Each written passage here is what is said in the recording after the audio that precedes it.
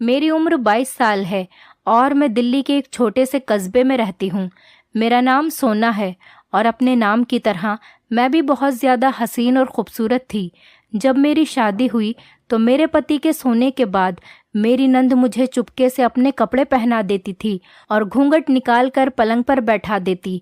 थोड़ी देर बाद एक आदमी मेरे कमरे में आता और मेरा हाथ पकड़कर पूरी रात रोता रहता और जाते समय मेरी गोद पैसों से भर देता। मैं नंद की डर की वजह से घूंघट भी नहीं उठा सकती थी। एक रात मैंने चुपके से नंद के दुपट्टे में छेद कर दिया और जैसे ही रात को वो आदमी मेरे कमरे में आया, मैंने छेद में से उसे देखा तो मेरे पैरों के नीचे से ज़मीन निकल गई, क्योंकि वो तो मेरा अपना ही। मैं एक खूबसूरत लड़की हूँ और मैंने अपने लिए सपने भी बहुत ही खूबसूरत देखे थे, लेकिन ज़रूरी नहीं है कि जैसा हम सोचें वैसा ही हो। हम सोचते कुछ और हैं और होता कुछ और। मेरे साथ भी ऐसा ही कुछ हुआ, क्योंकि मेरी तरह मेरा भाग्य खूबसूरत नहीं था। मेरी शादी एक बहुत ज़्यादा बदसूरत इंसान से हो गई। ना सिर्फ वो बदसूरत था, बल्कि वो लोग इस कस्बे के बदनाम लोगों में से थे। उनके माँ बाप नहीं थे। घर में सिर्फ दोनों बहन भाई और एक बूढ़ा चाचा ही रहता था। सब लोग कहते थे कि इन लोगों में ज़रूर कुछ गड़बड़ है, मगर फिर भी मेरी माँ ने मेरी शादी इस घर में कर दी। मेरे पापा हमारे साथ नहीं रहते थे। उनका काम दूसरे देश में था और उनको छुट्टी बहुत मुश्किल से मिला करती थी। इसी वजह से घर के सारे फैसले मेरी माँ ही लिया करती थी। जिस इंसान से मेरी शादी हुई उसका नाम केशव था और वो पूरे कस्बे में सबसे ज़्यादा सुस्त और गंदा इंसान था। सब उसको कहते थे कि उसका कुछ भी नहीं हो सकता, क्योंकि वो बहुत ही सुस्त है। मैंने तो इनके घर के बारे में ये भी सुन रखा था कि इनके घर से बहुत ही गंदी तरह की बदबू आती है। अगर कस्बे से कोई भी इनके घर जाता तो बदबू की वजह से उसका वहाँ रुकना मुश्किल हो जाता था। फिर भी मेरी माँ मेरी शादी इस घर में कराना चाहती थी। मुझ में कोई बुराई भी नहीं थी और मैं तो एक बहुत ज़्यादा खूबसूरत लड़की थी। इसमें मेरी कोई गलती भी नहीं थी। अगर मैं बेवा या तलाकशुदा होती तो तब भी ठीक था कि मजबूरी में मेरी ऐसे घर में शादी करनी पड़ी, लेकिन मेरे साथ तो कोई परेशानी ही नहीं थी। मैं और लड़कियों से ज़्यादा खूबसूरत और हसीन थी, पढ़ी लिखी भी थी, जबकि हमारे ख़ानदान में 5वीं कक्षा के बाद लड़कियों को आगे पढ़ाया नहीं जाता था। और मेरे अंदर इतनी सारी अच्छाइयाँ होने के बाद भी मेरी माँ ने मेरा रिश्ता केशव के साथ तय कर दिया। इस बात पर हमारा पूरा कस्बा हंस रहा था कि हमारे कस्बे की सबसे खूबसूरत लड़की का रिश्ता केशव जैसे इंसान के साथ तय हो गया था। केशव इस टाइप का लड़का था कि जिसका मजाक हमारे कस्बे के हर घर में उड़ाया जाता था। लोग उसे बहुत ज़्यादा तंग करते थे। मैं तो ये सोच सोच कर ही मरी जा रही थी कि वो मेरा पति बनने वाला है। जब मैं केशव के साथ अपने किसी दोस्त के घर जाऊंगी तो वो मेरी कितनी हंसी उड़ाएंगी और मेरा कितना मजाक बनाएंगी और बहुत ज़्यादा बातें बनाएंगी। मैंने अपनी माँ से बहुत बार लड़ाई की और उन्हें साफ साफ मना किया कि मैं शादी बिल्कुल भी नहीं करना चाहती हूँ। इसी बात पर मेरी माँ ने मेरे 2-4 थप्पड़ भी लगा दिए, जबकि बचपन से लेकर आज तक मेरी माँ ने कभी मेरे ऊपर हाथ तक नहीं उठाया था। पर जब भाग्य ही साथ न दे तो किसी से क्या शिकायत करनी। यहाँ तक कि मेरी शादी केशव के साथ हो ही गई। पापा शादी वाले दिन ही आए। थोड़े गुस्सा हुए, पर तब तक मेरी शादी केशव से हो चुकी थी। मैं दुल्हन बनी अपने कमरे में बैठी थी। सच में इनके घर से एक बहुत गंदी बदबू आती थी, लेकिन मैं यहाँ से उठकर कहीं नहीं जा सकती थी। मैं तो बस भगवान से प्रार्थना ही कर रही थी कि केशव मेरे कमरे में ही ना आए, और अगर आ भी जाए तो मेरे पास ना आए। लेकिन जब दरवाज़ा खुला तो सच में केशव नहीं आया था, बल्कि केशव की बहन रचना ने कमरे में कदम रखा था। वो 42 साल की थी और अभी तक उन्होंने शादी नहीं की थी। उन्होंने आते ही अचानक से मेरे हाथ पकड़ लिए और मेरे हाथ पकड़कर रोने लगी। मैं परेशान हो गई कि ये ऐसी हरकत क्यों कर रही हैं। उन्होंने कहा कि मैं बहुत मुश्किल में हूँ, मुझे तुम्हारी मदद चाहिए। मैंने कहा कैसी मदद चाहिए थी और वो मुझसे इस समय मदद क्यों मांग रही हैं, जबकि इस समय मुझे खुद ही उनकी मदद की ज़रूरत थी, क्योंकि मैं केशव के साथ अपनी ज़िंदगी की शुरुआत नहीं करना चाहती थी। मेरी नंद ने मुझसे कहा कि भाभी, मैं बहुत बड़ी मुश्किल में हूँ। मैं जैसा कहती हूँ आप वैसा ही करती जाइए। इसके बाद आप जैसा कहेंगी मैं वैसा ही करूँगी। मेरी नंद की इस बात ने मुझे सोचने पर मजबूर कर दिया। मैंने उससे पूछा कि तुम मुझसे क्या करवाना चाहती हो, मुझे बताओ तो सही, तुम्हें मुझसे क्या काम है। उसने मुझसे कहा कि मैं पूरी बात तुम्हें शुरू से बताऊंगी। अभी मुझे तुम बताओ कि मैं इस समय तुम्हारे लिए क्या कर सकती हूँ। जब मेरी नंद ने मुझसे पूछा तो मैंने उसको साफ साफ कह दिया कि अपने भाई को आज कमरे में नहीं आने देना, मेरे सर में बहुत दर्द है। मेरी इस बात पर उसने मुझे नज़र उठाकर देखा और फिर कहा कि ठीक है, दुल्हन वैसे भी शादी के दिन बहुत ज़्यादा थक जाती है। मेरी नंद ने न जाने किस तरह केशव को कमरे में आने नहीं दिया। मैं आराम से सो गई और सुबह को नहा धोकर तैयार हो गई। मेरे दिल में यही इरादा था कि अच्छे से इस घर की सफाई करूंगी, पता लगाऊंगी कि ये बदबू कहाँ से आ रही है। अगला दिन भी निकल गया। मैं कुछ दिन में अपने माँ बाप के घर रहकर आई और कुछ समय अपने कमरे को साफ करने में निकाल दिया। मुझे रचना ने मना किया कि अभी अभी शादी हुई है, तुम कोई काम मत करो, पर मेरा कहना था कि मैं इस बदबू में नहीं बैठ सकती। जब मैंने बदबू का नाम लिया तो इसके बाद रचना ने और कोई बात नहीं की। इसी तरह रात हो गई और जब रात को केशव सो गया तो मेरी नंद ने मेरे कमरे की खिड़की खटखटाई। पहले तो मुझे लगा कि पता नहीं कौन है और कहाँ से आवाज़ आ रही है, इसीलिए मैंने ध्यान नहीं दिया। पर जब खटखटाने की आवाज़ में तेज़ी आई तो मैंने दरवाजे पर जाकर देखा, वहाँ पर कोई नहीं था। वापस आकर मैं पलंग पर सो गई। जब दोबारा से आवाज़ आई तो मैंने ध्यान से सुना कि आवाज़ किस तरफ से आ रही है। जैसे ही मैंने खिड़की खोली तो मेरी नंद वहाँ पर खड़ी थी। उसने मुझे बाहर आने का इशारा किया। जब मैं बाहर आई तो उसने मुझसे कहा कि मैंने आपसे एक काम करने का वादा किया था, आपको वो काम आज ही करना है। मैंने अपनी नंद से कहा कि क्या काम है, पहले मुझे ठीक तरह से समझाओ, क्योंकि उस समय भी मेरे मन में गांव वालों की ही बातें चल रही थी, क्योंकि गांव वाले इन दोनों भाई बहनों को बिल्कुल अच्छा नहीं समझते थे। मैं झूठ नहीं बोलूंगी, मगर उस समय मेरे दिमाग में यही सब बातें चल रही थी कि ये मुझसे ज़रूर कुछ गलत काम ही करवाएगी या फिर इसका कोई चक्कर होगा जिसका हल ये मुझसे निकलवाना चाहती है। वो मेरा हाथ पकड़कर मुझे अपने कमरे में लेकर आई और अपनी अलमारी से एक सूट निकालकर मुझे पहनने के लिए कहने लगी। मैंने हैरत से उससे पूछा कि मैं तुम्हारे कपड़े क्यों पहनूं, वो भी रात के इस वक्त। उसने मुझसे कहा कि पहले आप ये कपड़े पहने, फिर मैं आपको सारी बात बताती हूँ। मैंने अपनी नंद से कहा कि पहले वो मुझे शुरू से सारी बात बताए, तभी मैं उसके कपड़े पहनूंगी। वो अचानक से जोर जोर से रोने लगी और उसके आंसू देखकर मैं बहुत घबरा गई। वो रोते हुए मुझसे कहने लगी कि हम दोनों बहन भाई बहुत छोटे थे जब हमारे माँ बाप हमें छोड़कर इस दुनिया से चले गए, और उस समय हमारे हालात ऐसे थे कि हमारे पास खाने को कुछ भी नहीं था। ये जो आज केशव भाई की हालत है वो उसी वजह से है। जेब में पैसे नहीं थे, हाथ में कोई हुनर नहीं था, करते तो क्या करते। कहते हैं ना कि गरीबी से बड़ी कोई बद्दुआ नहीं होती और भूख से बड़ी कोई बीमारी नहीं होती। हमने कैसे कैसे करके दिन काटे हैं यह हमें ही पता है। हमारा कोई अपना तो था ही नहीं, बस एक चाचा ही था, उसने हमारा साथ दिया। कभी कभी खाने को रोटी दे देता था, कभी कभी 3 दिन बाद खाना मिलता था तो कभी 4 दिन बाद खाना मिलता था। ऐसे ही कर करके घर का सारा सामान बिक गया। जब केशव भाई बड़े हुए तो फिर जगह जगह काम करके हमने ये घर बनवाया। जैसे तैसे करके हमने अपना घर चलाया। मोहल्ले वाले जो हमारे बारे में बातें करते हैं हमारी पूरी सच्चाई नहीं जानते हैं। हम बहुत गरीब और मजबूर लोग हैं। मैंने अपनी नंद से कहा कि मुझे ये कहानी मत सुनाओ, जो काम है वो बताओ। उसने मुझसे कहा कि आपकी गलती नहीं है, आप भी मुझे गलत ही समझेंगी, लेकिन इस गरीबी से तंग आकर मैंने एक बहुत अजीब सा काम कर डाला है। मैंने उससे हैरत से पूछा, अजीब से काम से तुम्हारा क्या मतलब है? कौन सा अजीब सा काम किया है तुमने? फिर उसने मुझे एक बहुत अजीब सी बात बताई और सच में उस बात को सुनकर मैं बहुत ज़्यादा हैरान हुई। और ये भी सच है कि ऐसी चीज़ों के बारे में मैंने आज तक सिर्फ सुना ही था, लेकिन ऐसा इंसान नहीं देखा था जिसे इन बातों पर विश्वास हो। वो मुझे बताने लगी कि मैं गरीबी से तंग आकर एक तांत्रिक के पास गई। उस तांत्रिक ने मुझे एक टोटका बताया जिसको करने में पहली कोशिश में मैं फेल हो गई, और उसी की वजह से हमारे घर में ये गंदी बदबू आती है।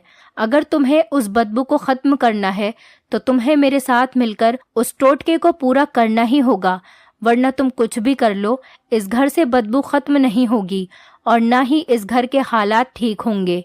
और अब तुम मानो या ना मानो, तुम भी इस घर का हिस्सा हो। केशव तुम्हारा पति है और हम लोग ही तुम्हारा परिवार हैं। इसलिए तुम्हें मेरी मदद करनी ही होगी।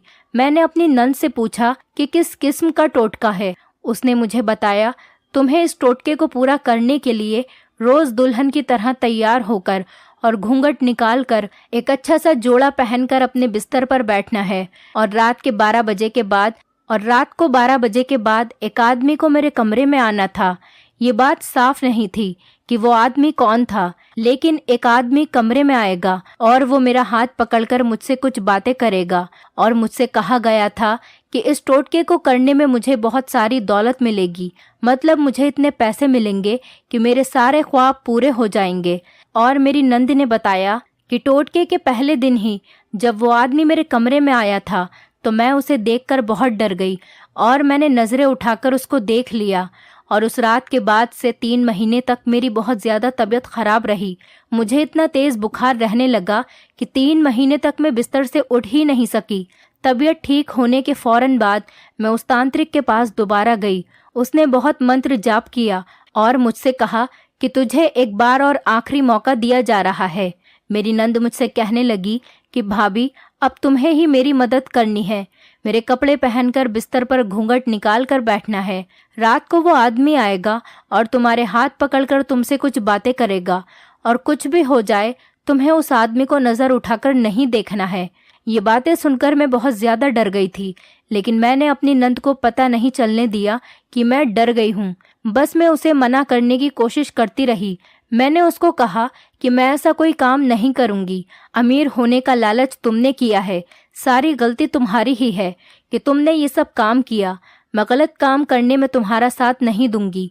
तब मुझे रचना ने एक ऐसी अजीब सी बात बताई जिसे सुनकर मैं बहुत ज्यादा डर गई। उसने मुझसे कहा कि मैं बिना वजह नहीं रो रही थी। अब चाहे कुछ भी हो जाए, आपको मेरी मदद करनी ही होगी, क्योंकि तांत्रिक ने मुझे बताया है कि अगर 15 दिन के अंदर ही इस टोटके को पूरा ना किया जाए तो इस घर में रहने वाले हर इंसान की मौत हो जाएगी। मैंने अपनी नंद से कहा कि मैं ऐसी बातों पर विश्वास नहीं करती हूँ, तुम्हें ही होगा इन बातों पर विश्वास। इतना सुनते ही मेरी नंद मेरे पास आई और आंखें बड़ी करके मुझसे कहने लगी, तो ये बदबू कहाँ से आ रही है? अगर तुम चाहो तो पूरा घर धो लो। अगर ये बदबू चली जाएगी तो समझ लेना कि मैं झूठ बोल रही हूँ, और अगर ये बदबू नहीं गई तो फिर तुम्हें मजबूरन मेरी बातों पर विश्वास करना ही होगा। सच बात तो ये है कि मैंने इस घर को साफ किया था और घर का पूरा कोना कोना छान मारा था कि यह बदबू कहाँ से आ रही है। मैं इस बदबू को खत्म करने की नाकाम कोशिश पहले ही कर चुकी थी। फिर भी मैंने अपनी नंद से कहा कि वो मुझे एक दिन का समय और दे दे। मैं फिर से कोशिश करना चाहती हूँ। अगर मैं इस कोशिश में नाकामयाब रही तो फिर मैं तुम्हारा काम जरूर करूँगी। अगला पूरा दिन मैंने घर की साफ सफाई में निकाला, पूरे घर को धो डाला, मगर मैं हैरान थी कि इतनी साफ सफाई के बाद भी बदबू आ ही रही थी। फिर मैंने सोचा शायद मेरी नंद की बात सच्ची है, वो सच में कुछ गलत कर बैठी थी। अब मुझे इसकी मदद करनी थी, क्योंकि अगर वो सच बोल रही थी तो ये टोटका भी सच्चा था, और अगर मैं उसकी मदद करके इस टोटके को पूरा ना करती तो मैं भी मर सकती थी। मुझे अपनी जान बचानी थी।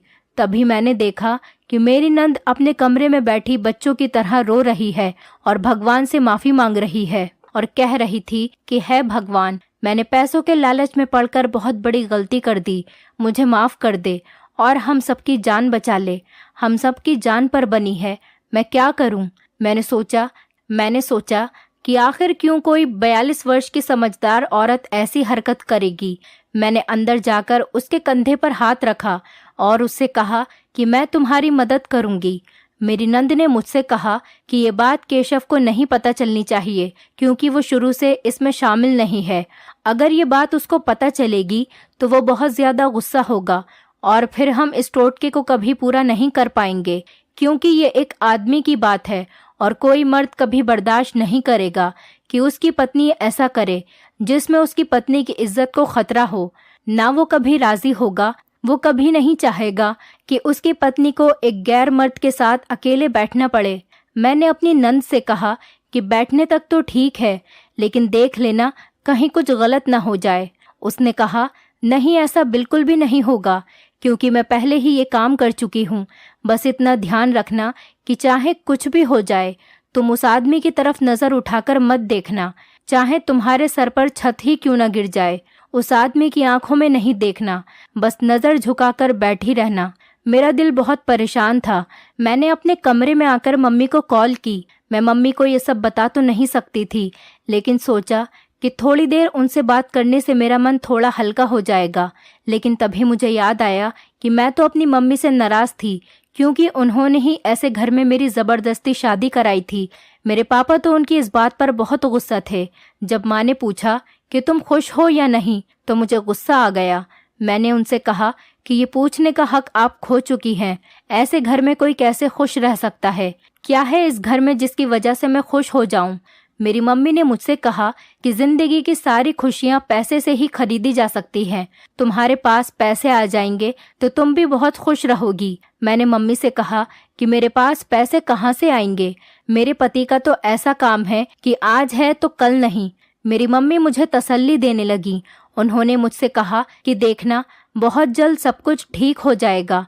तुम गाड़ियों में घूमा करोगी, तुम्हारा भी बड़ा सा घर होगा। मेरी मम्मी मुझे ऐसे ख्वाब दिखा रही थी जैसे सब कुछ मुझे वही खरीद कर देने वाली हूँ। मैं अपनी परेशानियों में लगी थी, इसीलिए मैंने मम्मी की बातों पर ध्यान नहीं दिया। मैं बहुत डरी हुई थी, लेकिन मेरी मजबूरी थी कि मुझे ये काम करना ही था। रात को जब केशव सो गए तो मैं अपनी नंद के कमरे में आ गई और नंद के कपड़े पहनकर अच्छे से दुल्हन की तरह तैयार हो गई और नंद के पलंग पर बैठ गई। उसने मुझे ऐसा घूंघट करा दिया जिससे हल्का सा भी नहीं दिख रहा था। वो घूंघट बहुत मोटे कपड़े का था और फिर मेरी नंद कमरे से बाहर चली गई। उसने मुझसे कहा था कि वो मेरे पास ही रहेगी। थोड़ी देर बाद में नंद के कमरे का पीछे की तरफ वाला दरवाज़ा खुला, जिसका रास्ता गली में निकलता था। वहां से एक आदमी अंदर आया और मेरे पास आकर बैठ गया। मैं बुरी तरह से डरी हुई थी कि ना जाने क्या होने वाला है। मेरा पति जैसा भी हो, लेकिन मेरा पति था और मैं इसके साथ धोखा कर रही थी। उस आदमी ने मेरा हाथ पकड़ा और बच्चों की तरह रोने लगा। वो कुछ बोल भी नहीं पा रहा था। थोड़ी देर बाद मुझे एहसास हुआ कि वो हल्के हल्के कुछ बड़बड़ा रहा था। वो बहुत हल्के से बोल रहा था कि मुझे कुछ सुनाई नहीं दे रहा था। उसके शब्द ही ऐसे थे कि मैं कुछ समझ नहीं पा रही थी। जब मैंने उसकी आवाज़ पर ध्यान दिया तो वो बोल रहा था कि उसे बचा लो, मैं बहुत परेशान हूँ, मेरी परेशानी दूर कर दो, मैं जो चाहता हूँ मुझे मिल जाए। वो काफ़ी देर मेरा हाथ पकड़कर बैठा रहा और जब तक वो आदमी मेरे कमरे में रहा मेरा दिल अपने काबू में नहीं था। मेरी धड़कन बहुत तेज़ चल रही थी। थोड़ी देर बाद वो आदमी जैसे आया था वैसे ही चला गया। उसके जाने के बाद जब मैंने घूंघट ऊपर करके देखा तो मैंने अपनी झोली में देखा तो मेरी आंखें फटी की फटी रह गईं। उसमें बहुत सारे नोट पड़े थे। ये ज़रूर वही आदमी रखकर गया होगा। मेरी नंद ने मुझसे कहा कि देखो इन पैसों को, इतने पैसे हम पूरा महीना मेहनत करके भी नहीं कमा सकते थे। मैंने कहा था ना कि सब ठीक हो जाएगा। देखा, कुछ भी नहीं हुआ। हमें बस कुछ दिन और ये काम करना होगा। मैंने भी हाँ कर दी और कहा कि हाँ ठीक है, मैं ये काम करूँगी। अब तो ये रोज़ का ही हो गया था। वो आदमी रात को आता और मेरी झोली पैसों से भर देता था, लेकिन वो सारे पैसे मेरी नंद मुझसे ले लेती थी। वो बहुत खुश होती। मैं उसे बार बार पूछती थी कि अब तो हमें इस टोटके को करते हुए बहुत दिन हो गए हैं, कब तक यही काम हमें करना होगा? उसने कहा कि थोड़े दिन और करना होगा। रोज रोज ऐसा करते करते अब मेरे दिल में एक तरह का शक पैदा होने लगा था कि ये आदमी कौन है। मेरी नंद मुझे रोज ही एक सूट पहनाती। मैंने अपनी नंद के दुपट्टे में एक छेद कर दिया कि मैं उसके आर पार देख सकूं, मैं उसके पार से उस आदमी का चेहरा देख सकूं। मैं पलंग पर बैठी थी। वो आदमी आया और मेरा हाथ पकड़कर रोने लगा। मैंने आज हिम्मत करके उस शख्स का चेहरा देखने की ठान ली थी, जबकि ऐसा करने के लिए मेरी नंद ने मुझे साफ साफ मना कर दिया था। लेकिन अपने दिल में पैदा हुए शक के कारण मुझे आज उसका चेहरा देखना ही था कि मेरी नंद मुझे पागल बना रही है। मैंने जैसे ही उस आदमी का चेहरा देखा तो मेरे पैरों के नीचे से ज़मीन निकल गई, क्योंकि वो आदमी कोई और नहीं, मेरा अपना बाप था। मैंने झटके से अपना घूंघट उठाया और मुझे देखकर मेरे बाप की भी हवाइयाँ उड़ गईं। मैंने उससे पूछा कि आप यहाँ क्या कर रहे हैं? मेरे पापा मुझे जवाब देने के बजाय थरथर कांपने लगे और तेजी से वहां से भाग गए। मैं बहुत परेशान हुई और उनको आवाज़ देती रही, लेकिन फिर भी उन्होंने पीछे मुड़कर नहीं देखा। मेरी आवाज़ सुनकर मेरी ननंद कमरे में आ गई और अपना सर पकड़कर बैठ गई, क्योंकि वो समझ चुकी थी कि ये क्या हो चुका है। मैंने अपनी नंद की कलाई इतनी जोर से पकड़ी कि उसकी चीख निकल गई थी। मैंने उससे पूछा कि बताओ ये सब क्या कर रही हो? तुमने मेरे पापा को फंसा रखा है, तुम मेरी फैमिली को ब्लैकमेल कर रही हो। इतना सुनकर उसने झटके से अपना हाथ छुड़ा लिया और मुझसे कहा कि जाकर अपनी माँ से पूछो। मैंने अगले दिन मम्मी के घर जाने का फैसला किया, क्योंकि रात बहुत हो गई थी। वो रात मैंने कैसे काटी मुझे ही पता है। और अगली सुबह मैं मम्मी के घर पहुंच गई और उन्हें सब कुछ बता दिया। मम्मी भी मेरी नंद की तरह अपना सर पकड़कर बैठ गईं और उन्होंने मुझसे कहा कि तुम्हारा बाप जितना सीधा दिखता है उतना है नहीं। उसने हमसे छुपाकर दूसरी शादी कर रखी है, और इतना ही नहीं, उसने अपना सारा पैसा, घर जायदाद उस दूसरी औरत के नाम कर दिया है। ये जो तुम्हें हमारे घर में गरीबी के ढेर नजर आ रहे हैं, ये सब तुम्हारे बाप का ही किया धरा है। वरना हमारे पास घर भी था, जायदाद और कारोबार भी, वो सब उस औरत ने छीन लिया। सुना है कि अब वो औरत बहुत ज्यादा बीमार रहने लगी है। तुम्हारा बाप उसके पीछे इतना पागल है कि उसके चक्कर में शहर के बड़े से बड़े डॉक्टर के चक्कर लगा रहा है। मैंने तुम्हारे बाप के खिलाफ एक प्लान बनाया था और तुम्हारी नंद को मैंने इसमें शामिल किया था, क्योंकि वही ये काम कर सकती थी। मोहल्ले की औरतें या मेरी अपनी कोई रिश्तेदार इस काम में मेरा साथ कभी नहीं देती। हमने उनसे कहा कि उन्हें कुछ दिन तक एक कमरे में भेजा जाएगा, जहां एक औरत घूंघट करके बैठी होगी। उसे उसका हाथ पकड़कर अपनी सारी परेशानियां बतानी हैं और फिर उपहार के तौर पर उसे कुछ पैसे देने हैं। तुम्हारे बाप ने अपना सारा कुछ उस औरत पर लुटा दिया और उस पर हमारा भी कुछ हक है, जो अब हम उससे वापस लेने की कोशिश कर रहे हैं। लेकिन तुम्हारी ननंद बहुत चालाक निकली। जब वो मेरी साथी बन गई तो उसने मुझसे तुम्हारा रिश्ता अपने भाई केशव के लिए मांग लिया। मैं बुरी तरह फंस चुकी थी। अगर मैं उसको इनकार करती तो वो तुम्हारे बाप को बता देती, और ऐसा करने से तुम्हारा बाप मुझे तलाक दे देता। मुझे मजबूर होकर तुम्हारा रिश्ता उसके भाई के साथ करना पड़ा। लेकिन ये कैसे हो सकता है? पापा जानते हैं कि मेरी शादी उस घर में हुई है। वो मेरी शादी के दिन वहाँ मौजूद थे। पापा केशव को जानते हैं, इसीलिए तो तुम्हें घूंघट करके बैठाया है, ताकि वो तुम्हें पहचान न सकें। तुम्हें बैठाने का मकसद यही था, क्योंकि हमने तुम्हारे बाप से कहा था कि वहाँ एक नौजवान लड़की बैठी होगी, और तुम्हारी नंद तो जवान ही नहीं है। तुम्हारा बाप तुम्हारे घर में पीछे वाले दरवाजे से आता है, और आज तक तुम्हारे बाप ने तुम्हारा घर तो देखा ही नहीं है। वो तो आया ही शादी के बाद था। उसको सिर्फ उस औरत की फिक्र है, हमारी नहीं। अगर हम तुम्हें इन बातों की बारीकी बताते भी तो तुम हमारी मदद को कभी राजी नहीं होती। मैंने अपनी माँ से कहा, मम्मी आप बिल्कुल ठीक कह रही हैं। मैं अभी भी आपकी मदद नहीं करूँगी, क्योंकि वो औरत बीमार है और आप उसकी बीमारी का फ़ायदा उठा रही है। मैं पापा को सब कुछ बता दूंगी। लेकिन उस दिन के बाद से पापा मेरे सामने आने से हिचकिचा रहे थे। पापा सब कुछ जान चुके थे। 2 दिन बाद पापा घर पर आए। मैं उस दिन घर पर ही थी। वो बहुत उदास लग रहे थे। पापा ने कहा कि मेरे पास जो कुछ भी है वो सब कुछ तुम लोग ले लो, क्योंकि वो औरत मर चुकी थी जो उनकी दूसरी बीवी थी। पापा ने अपना सब कुछ हमारे नाम तो कर दिया, लेकिन उस दिन के बाद से हमें छोड़कर पता नहीं कहाँ चले गए। उनके पास मोबाइल भी नहीं था और हमें उनका पता भी नहीं था। हम उन्हें कैसे ढूंढते? मेरी मम्मी को घर दौलत सब कुछ मिल गया था और उनकी सौतन भी इस दुनिया से जा चुकी थी, लेकिन अपने साथ में उनका सुहाग भी ले गई थी। मैंने इस बात से यही सीखा कि चाहे कुछ भी हो जाए, अपनी जिंदगी के हमसफर के साथ कभी भी धोखा नहीं करना चाहिए। जिसे भगवान ने हमारे लिए चुना है, हमें उसे कबूल कर लेना चाहिए, क्योंकि भगवान का फैसला कभी गलत हो ही नहीं सकता। मैंने केशव को दिल से कबूल कर लिया और केशव से कहा कि हमें हमारी नंद की भी शादी करवा देनी चाहिए। उनके लिए भी एक अच्छा सा रिश्ता मिल गया और वो भी शादी करके अपने घर की हो गई। इसी बीच मैंने केशव को सबके साथ उठने बैठने, बातचीत करने के तौर तरीके सिखाए और उससे कहा कि अपनी पढ़ाई फिर से शुरू कर दे और साथ ही छोटा मोटा कोई कारोबार कर ले। ऐसा करने में मुझे बहुत समय लग गया, लेकिन कोशिश करते करते मैं अपनी ज़िंदगी की गाड़ी पटरी पर ले आई और अब मैं अपनी ज़िंदगी में बहुत खुश हूँ।